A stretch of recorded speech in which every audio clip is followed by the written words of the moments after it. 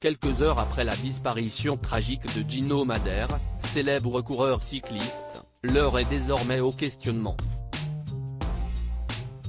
Mais qu'a-t-il pu arriver aux sportifs lors de la 5e étape du Tour de Suisse? Le monde du sport est en deuil, encore une fois. Quelques jours après la disparition tragique de Tori Bowie, une sprinteuse américaine championne du monde du 100 mètres en 2017, une autre star nous quitte prématurément.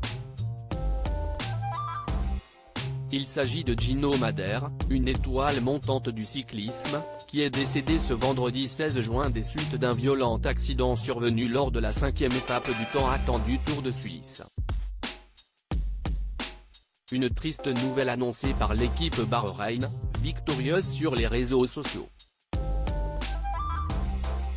C'est avec une grande tristesse et le cœur lourd que nous devons annoncer le décès de Gino Madère. Le vendredi 16 juin, à la suite d'une chute très grave lors de la 5e étape du Tour de Suisse, Gino a perdu sa bataille face aux graves blessures qu'il a subies.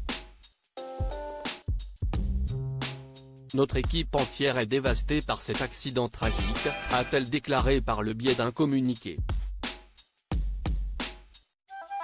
Mais comment cette tragédie a-t-elle pu se produire au cours d'un événement d'une telle envergure? Explication. Une sortie de route fatale. D'après les informations de BFM Télévision, Gino Madère était à la 27e position du classement général du Tour de Suisse lorsque, au 197e kilomètre, le jeune homme fait une sortie de route sur la descente de l'Alboula Pass, réputée comme dangereuse par de nombreux professionnels. Il est tombé dans un fossé, a déclaré la Bahreïn victorieuse au sujet du coureur âgé de 26 ans. D'après les informations de l'équipe, dont certains journalistes se sont rendus sur les lieux de l'accident, le dit fossé se trouve près de 20 mètres en dessous de la route empruntée par Gino Madère et ses collègues.